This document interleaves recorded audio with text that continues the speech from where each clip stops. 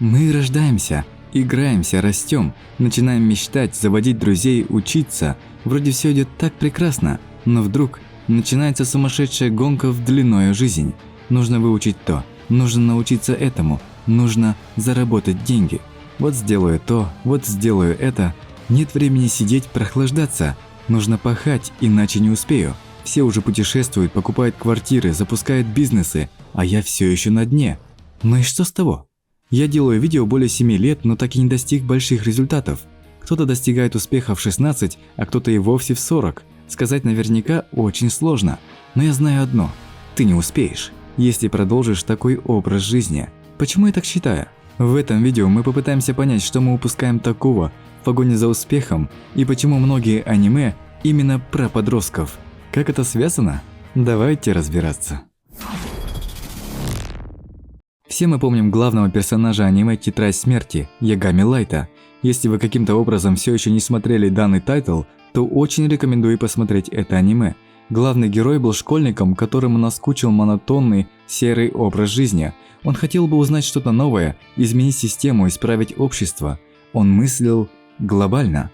По сравнению с другими школьниками, он рассуждал о более серьезных вещах. Поэтому в какой-то степени он чувствовал себя одиноким.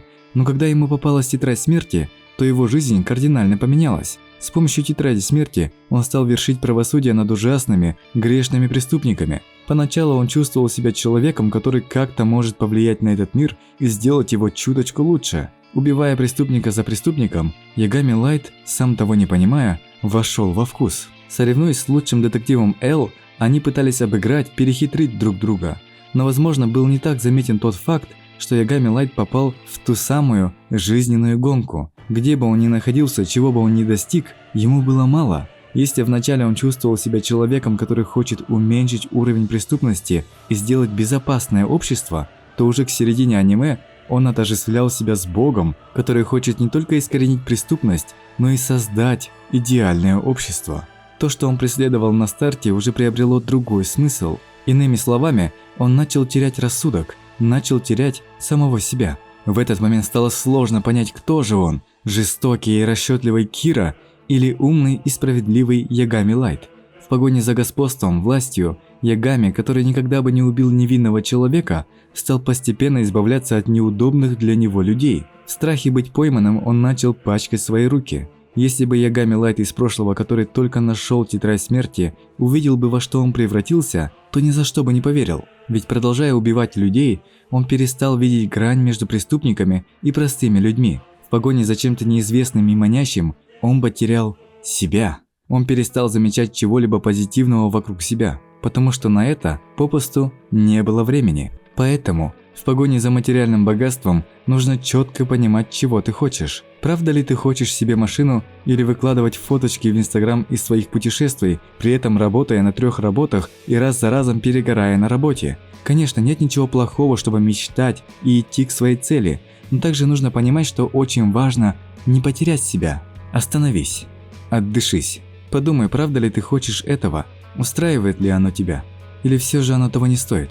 Этот цикл, эта гонка продолжается вечно, у нее нет конца, поэтому нужно время от времени делать перерыв и понимать, что ты движешься в правильном направлении. Как мы уже знаем, Ягами Лайт был школьником, и если обратить внимание на все аниме, то большинство из них про подростков школьного возраста. Почему так происходит?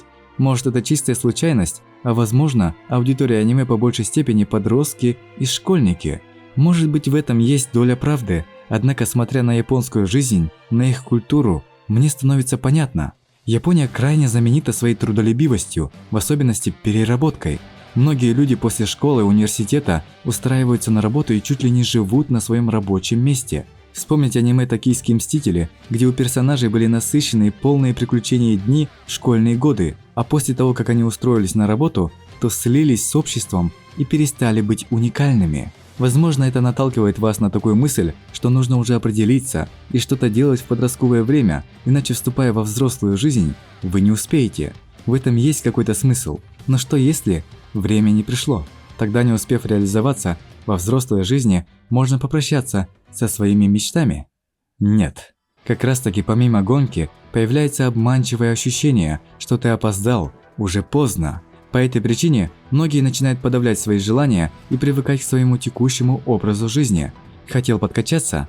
Да нет, у меня работа, дети. Хотел путешествовать? Да нет, это очень дорого. Надо было раньше, сейчас уже поздно что-то делать. Никогда не поздно. Банальнее этой фразы некуда, но в то же время люди настолько часто использовали эту фразу, что она потеряла весь смысл. Но только вдумайтесь в заложенный смысл. Ведь никогда не поздно найти себя. Работая каждый день, думая о проблемах, переживая о завтрашнем дне, мы постоянно находимся в стрессовом, напряженном состоянии. Это означает, что мы не можем успокоиться и здраво мыслить. По этой причине гонка продолжается и в нашей голове. В погоне за успехом, за материальным состоянием мы обвиняем себя в слабости, подгоняя себя раз за разом. И это приводит к тому, что мы начинаем упускать из виду нечто важное, а именно жизнь. Многие признают, что время летит быстро, но время, потраченное с пользой и в удовольствие, не может считаться потраченным. Но время, которое мы затратили на переживания, самобичевание, накручивание, мы хотели бы пережить по-другому. Но этого уже не вернуть. Ведь есть только настоящее время. То, что вы сейчас смотрите это видео, доказывает, что вы проживаете настоящую жизнь, настоящий момент своей жизни. Однако задумайтесь на секунду о своей жизни. Обратите внимание на то, что окружает вас. Готов поспорить, что вы совсем позабыли вкус жизни. Как это здорово жить, а не существовать и не замечать ничего вокруг себя. Подобно бегуну, который не сходит с дистанции. Бегая на большой скорости, трудно будет обратить внимание на то, что окружает нас. Поэтому хватит куда-то спешить, торопить себя и нагружать большей работой.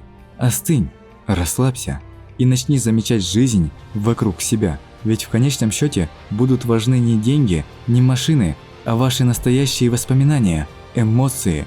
Либо ты живешь сейчас, либо отдохнешь на том свете.